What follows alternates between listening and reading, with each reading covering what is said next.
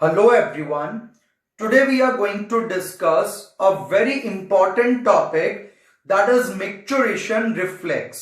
और आज आपको मैं ये टॉपिक बहुत ही इजी लैंग्वेज में और बहुत ही इजी वे में एक्सप्लेन करूंगा कि किस तरीके से हम यूरिन कर पाते हैं।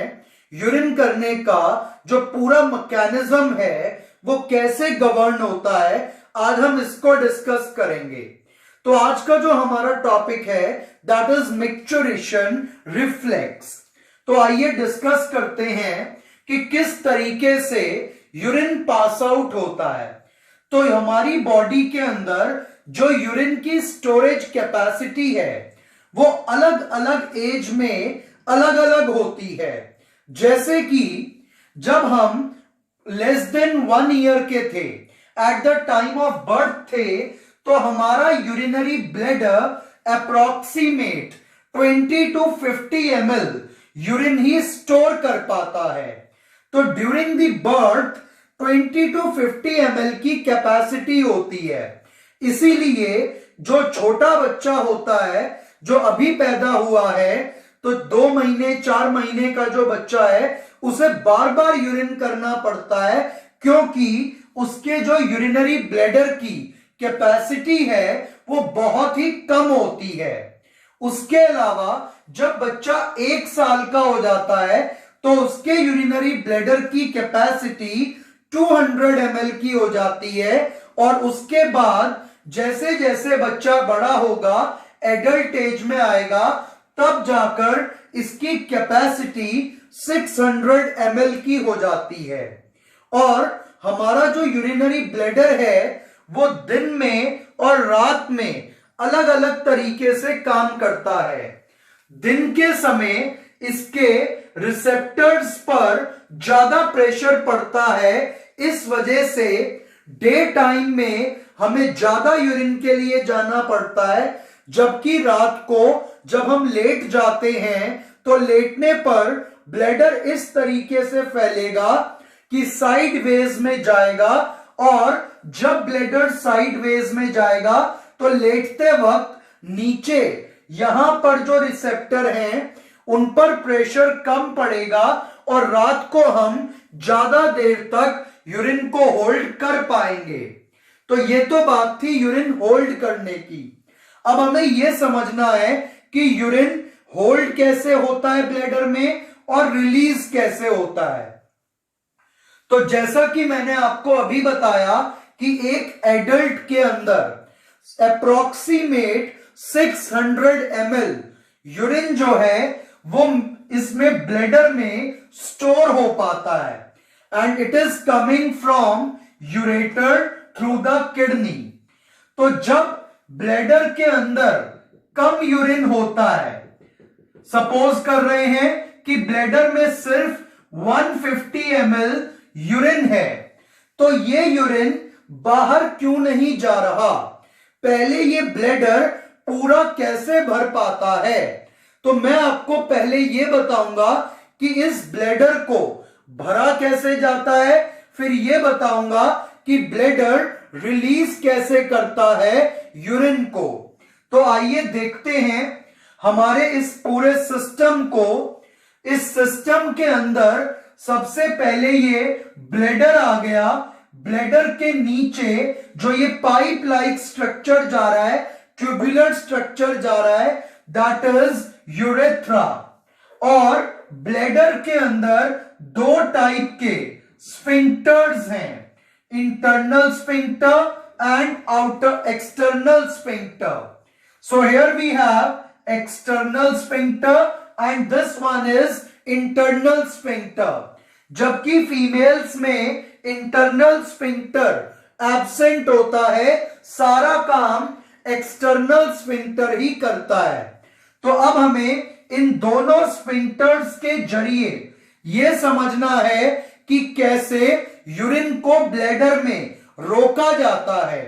तो देखिए, जो ये इंटरनल स्फिंक्टर है और एक्सटर्नल स्फिंक्टर है, ये यूरिन को ब्लैडर से बाहर आने नहीं देंगे, यहीं पर लॉक करके रखेंगे जब तक ब्लैडर भर नहीं जाता, तो यूरिन को बाहर आने नहीं देना जब तक ब्लैडर नहीं भरता।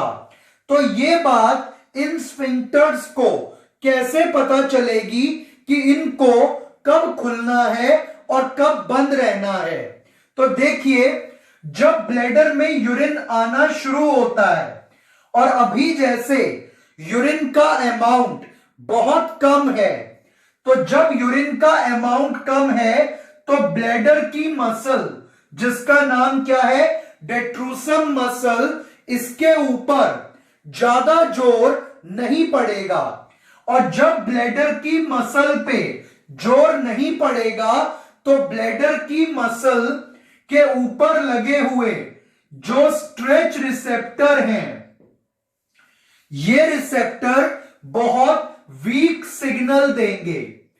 और जब सिग्नल वीक आएगा ब्रेन के पास, तो ब्रेन ना तो इस मसल को पिचकने के लिए कहेगा और ना ब्लैडर के स्फिंक्टर को खुलने के लिए कहेगा। तो ध्यान से बात को समझिएगा, जब ब्लैडर के अंदर कम यूरिन है तो ब्लैडर की दीवार पर जोर नहीं पड़ेगा। अगर जोर नहीं पड़ेगा तो ये जो एफ्रेंट पेल्विक नर्व है ये वीक सिग्नल देगी हमारे ब्रेन को। और जब ब्रेन के पास वीक सिग्नल जाएंगे, यहां पॉन्स एरिया के अंदर ब्रेन के रिसेप्टर लगे हैं जो हमारे यूरिन के रिलीज को कंट्रोल करते हैं। तो ब्रेन में पॉन्स रीजन के अंदर यूरिन का कंट्रोल सेंटर होता है। तो जब ब्लैडर में कम यूरिन है तो कम यूरिन से ब्लैडर की दीवार पर जोर नहीं पड़ेगा, और जब जोर नहीं पड़ेगा तो ये जो एफ्रेंट पेल्विक नर्व है, ये सेंसरी नर्व है, ये वीक सिग्नल देगी ब्रेन को। और जब ब्रेन के पास वीक सिग्नल जाएंगे तो ब्रेन 3 नर्व्स के द्वारा, देखिए, एक पैरासिम्पैथेटिक नर्व और एक सिंपैथेटिक नर्व और प्यूडेंडल नर्व, इन तीनों नर्व्स के द्वारा ब्रेन सिग्नल देगा कि भैया ये द्वारों को, ये गेट्स को बंद रखना, और मसल को सिग्नल देगा कि आप मत पिचकना क्योंकि अभी यूरिन बहुत कम है। तो जब यूरिन कम होता है तो दीवार पर मस्कुलर वॉल पे कम जोर पड़ेगा, और जब जोर नहीं पड़ेगा तो ये स्ट्रेच रिसेप्टर वीक सिग्नल देंगे। दिमाग को यह बताया जाएगा कि अभी ब्लैडर और यूरिन ले सकता है, तो दिमाग सिग्नल देगा इन दोनों गेट्स को और मसल को कि अभी ब्लैडर खाली नहीं करना है, क्योंकि जब ये मसल पिचकेगी तो ब्लैडर खाली होगा।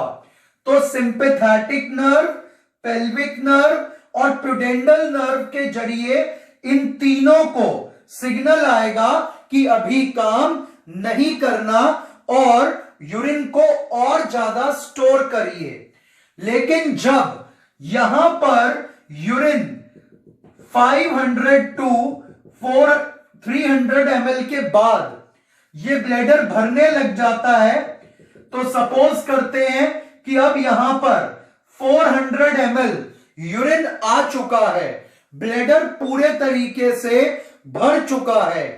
जब ब्लैडर भर जाएगा तो ब्लैडर के भरने से ये जो स्ट्रेच रिसेप्टर हैं इन पर जोर पड़ेगा और ये एफरेंट नर्व के जरिए क्विक सिग्नल देंगी, फास्ट सिग्नल देंगी।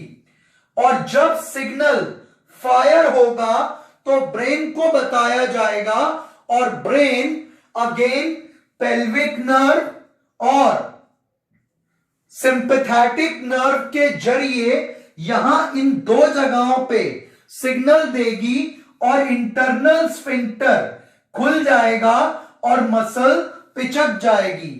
तो जब यूरिन भरा तो एफरेंट नर्व ने ब्रेन को बताया कि अब यूरिन भर गया है, ब्लैडर खाली करवाइए वरना ब्लैडर फट सकता है। तो ब्रेन ने सिग्नल दिया through the pelvic nerve and sympathetic nerve कि आप दोनों अपना काम कर दो, और एक सिग्नल प्यूडेंडल या सोमैटिक नर्व को भी दिया जाएगा और इसका भी गेट खुल जाएगा और यहां से ये यूरिन बाहर। तो ये पूरा प्रोसीजर है यूरिन को रिलीज करवाने का। तो जब ब्लैडर में कम यूरिन होता है तो वीक सिग्नल जाते हैं, और जब ब्लैडर में यूरिन भर जाता है तो स्ट्रॉन्ग सिग्नल जाते हैं, और स्ट्रॉन्ग सिग्नल आने के बाद through the pelvic nerve muscle को पिचकाया जाएगा, through the sympathetic and pudendal nerve in gates को ओपन किया जाएगा ताकि यूरिन बाहर आ सके। So this is the entire procedure of micturition. अब यहां पर आपको एक छोटी सी बात और समझनी है कि जो प्यूडेंडल नर्व है ये विलिंगली वर्क करती है, ये हमारे कंट्रोल में है। जो हम यूरिन को कुछ देर के लिए रोक के रख पाते हैं, हमें यूरिन जाने के लिए प्रेशर तो फील हो रहा है, बट हम फिर भी यूरिन को कुछ देर तक होल्ड कर लेते हैं। हमें जो है जब तक प्रॉपर प्लेस ना मिले यूरिन करने की, तब तक हम उस जगह पे यूरिन को रोक कर रख सकते हैं। तो वो इस नर्व की मदद से ये काम पॉसिबल हो पाता है। तो अगर हमारे पास कोई सेफ और एक्यूरेट प्लेस नहीं है यूरिन करने की, तो उतनी देर तक हम यूरिन को रोक लेते हैं, और वो इसी नर्व के कारण पॉसिबल हो पाता है कि ये नर्व एक्सटर्नल गेट को बंद रखेगी और यूरिन बाहर नहीं आएगा। जब तक हम नहीं चाहेंगे तब तक ये गेट नहीं खुलेगा और तब तक यूरिन भी बाहर नहीं आएगा। तो कुछ देर तक यूरिन को होल्ड करने के लिए हमें pudendal nerve which is a type of somatic nerve ये हेल्प करेगी। लेकिन जो छोटे बच्चे होते हैं उनमें ये नर्व डेवलप नहीं होती, तो ये नर्व अप्रोक्सीमेट 3 इयर्स की एज के पास प्रॉपर डेवलप होती है। इसीलिए जो बहुत छोटा बच्चा होता है वो कहीं पर भी यूरिन कर देता है, क्योंकि उसके अंदर प्यूडेंडल नर्व पे माइलिन शीथ डेवलप नहीं होती। और जो लोग बेड वेटिंग करते हैं, एन्यूरेसिस करते हैं, एन्यूरेसिस या बेड वेटिंग, कि उनको पता ही नहीं चल पाता कि यूरिन को रोके कैसे। तो जो बच्चे या जो एडल्ट भी यूरिन को नहीं रोक पाते, उस प्रॉब्लम को एन्यूरेसिस कहते हैं, और वो इस नर्व के प्रॉपर डेवलप ना होने के कारण ऐसा होता है। इस नर्व के न्यूरॉन्स पे जब प्रॉपर माइलिन शीथ, माइलिनेटिंग का प्रोसीजर पूरा हो जाता है, तभी हम यूरिन को रोकने की क्षमता डेवलप कर पाते हैं। तो अगर किसी की ये नर्व डेवलप ना हो पाए तो उस व्यक्ति को एन्यूरेसिस या बेड वेटिंग की शिकायत हो सकती है। तो ये जो है कंप्लीट प्रोसीजर था मिक्चुरेशन एंड एन्यूरेसिस से रिलेटेड। Thank you.